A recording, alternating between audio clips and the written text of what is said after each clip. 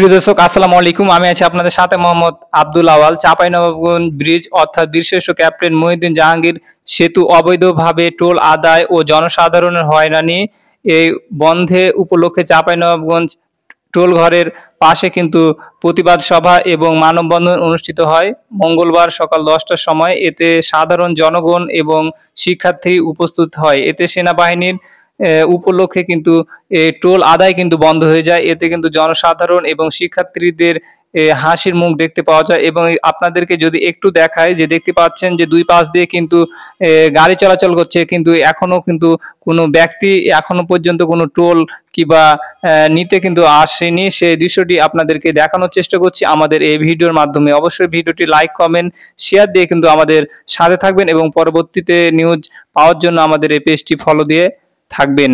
আপনাদেরকে একটু দেখানোর চেষ্টা করছি। দেখতে পাচ্ছেন আপনারা দুই পাশ দিয়ে কিন্তু যানবাহন চলাচল করছে।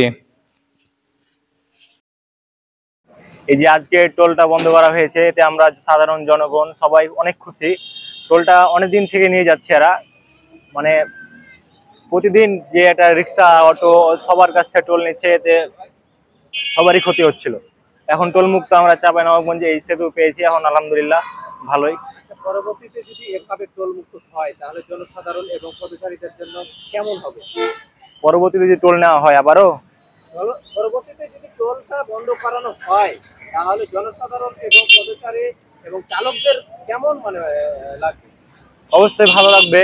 টোল আপনার একটা অটোর টোল নিয়েছে 10 টাকা, এখন 10 টাকা তাও পরবর্তীতে লাগছে না তাদের।